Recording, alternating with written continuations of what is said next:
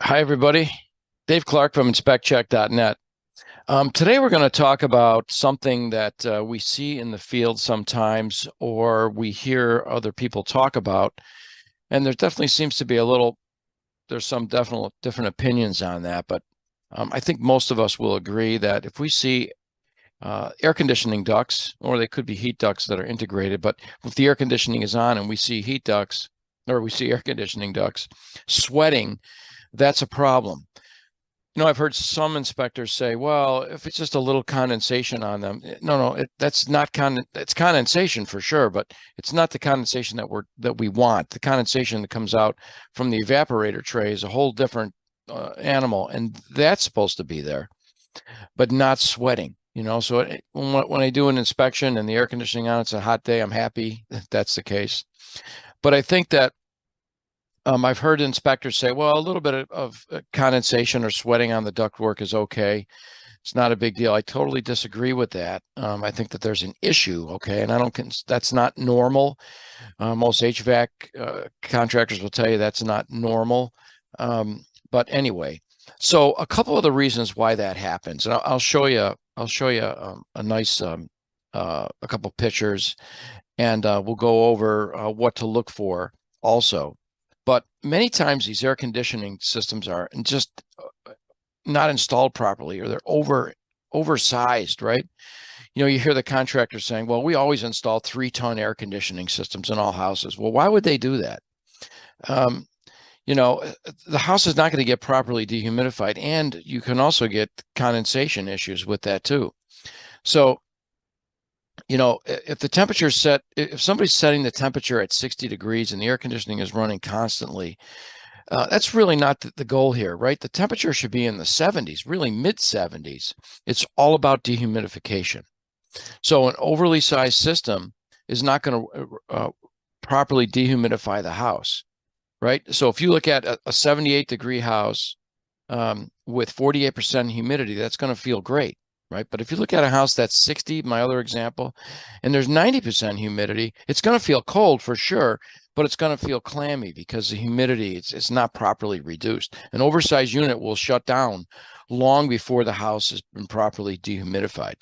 So an air conditioning system that's just too large will run in shorter cycles. It can run in less than 12-minute cycles, depending on the house and how it is.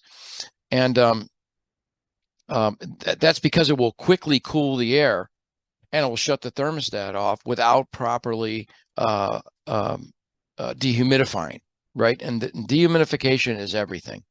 All right. The thermostat should be set in the mid 70s. I know when I say that to people, they're like, are you kidding me? But if it's set, um, if it's set there and um, uh, and the house is properly dehumidified, it'll feel great. Okay, so short cycling will cause a lot of temperature variations in the house when it's not properly dehumidified. So a ton of cooling, we say, is about 12,000 BTUs, and it should be adequate for every 1,000 square feet of well-insulated space. It could be more, depending on the house. A ranch is going to be different than a two-story.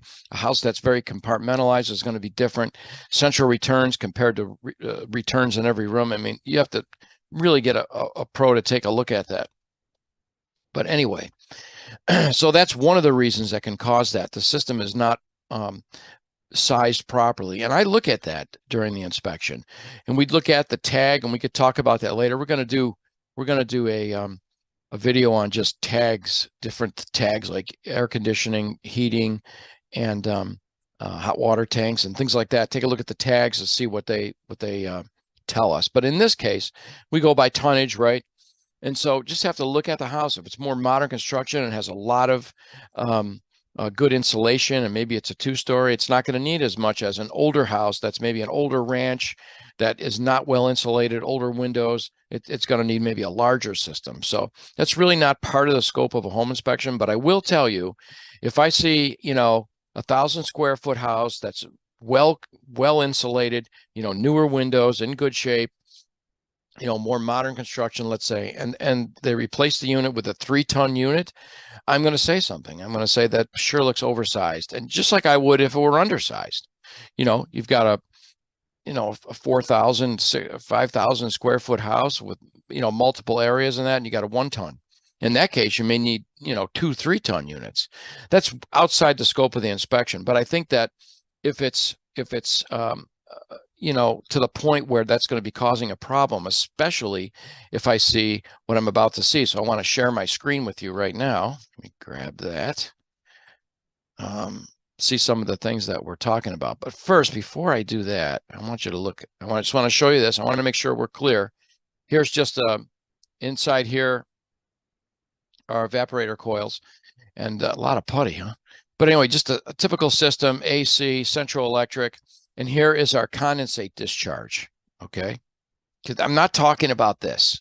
And this goes out to whether it goes out to a pump or whether it goes to an area away from people or animals, whatever it is, or it should not come in contact with them, I should say. That's fine. Okay, this is not what I'm talking about. There's a lot of condensation coming out here, and there will be a lot of condensation. I'm talking about this. Let me go over here.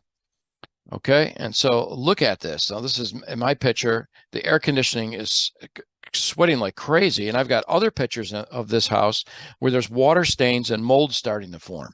That's the other part of the problem. Besides having an oversized unit and not having the house conditioned properly, now we have other issues going on. Okay, this water, where's it going to go? If it's traveling through the walls or, dripping on the drywall, we're going to have an issue with moisture.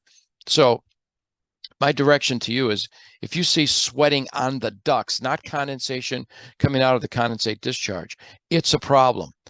And like I said, one of the reasons it could be that the unit's not sized, but what other reasons could there be? So you asked, so I'll tell you. So I just jotted a few things down.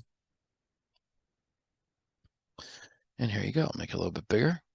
So duct insulation is most important. We have cold, dehumidified air traveling in a space that is hot and humid through a thin metal duct. The same analogy applies to a cold glass of water sitting on a table on a hot summer day.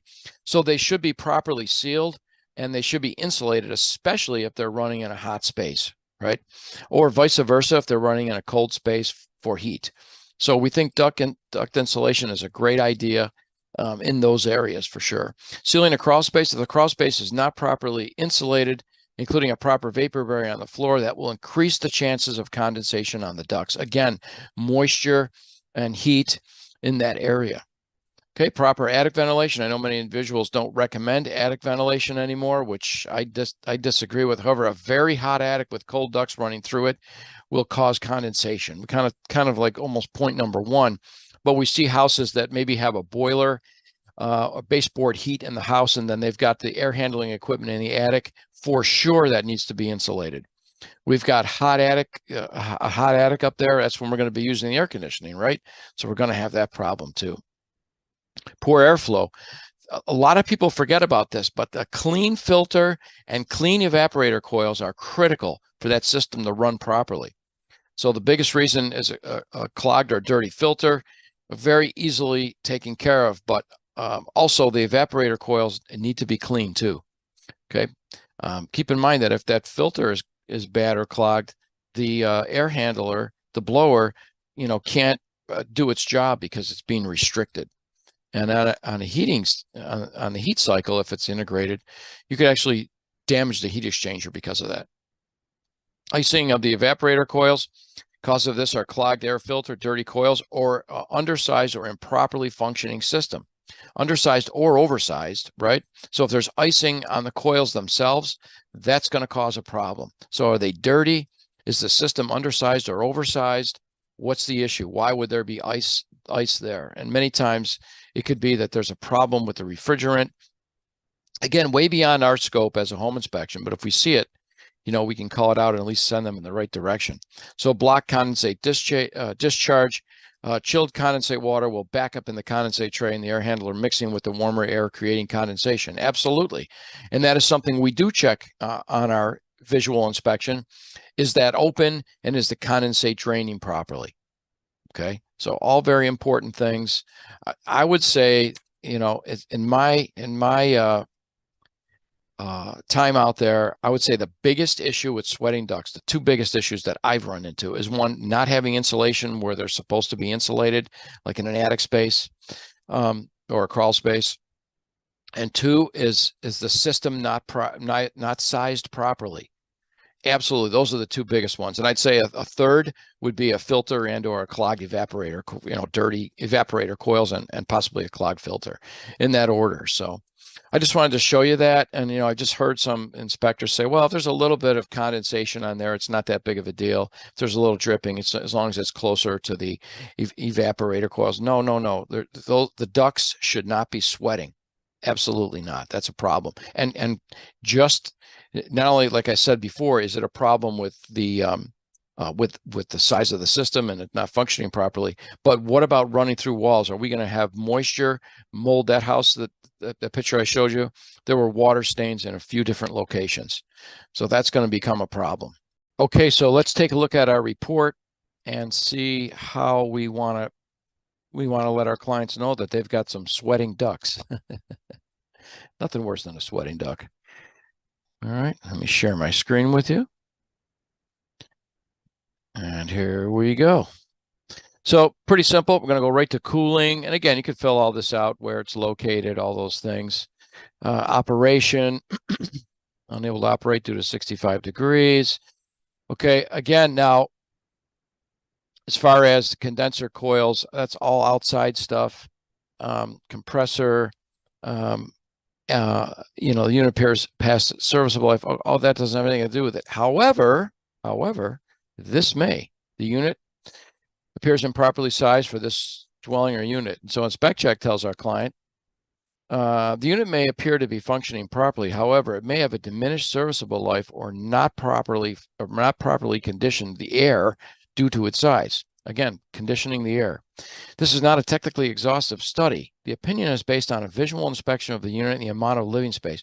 Recommend further evaluation by a qualified HVAC professional. Look, that would be the place to put right here. Ducts sweating. Okay, ducts were noted sweating, but we can continue down here. System response, I mean, it's going to respond, right? So we're not going to worry about that. But here's where we would hit it again. Air handling, right? So we would come down here and put damaged disconnected ducts. Probably not that one, but I might put over here something to the effect of, see before, if you even need to put anything here for the ducts, because this is really more for what the condition of the ducts is, but we could actually put here ducts or sweating.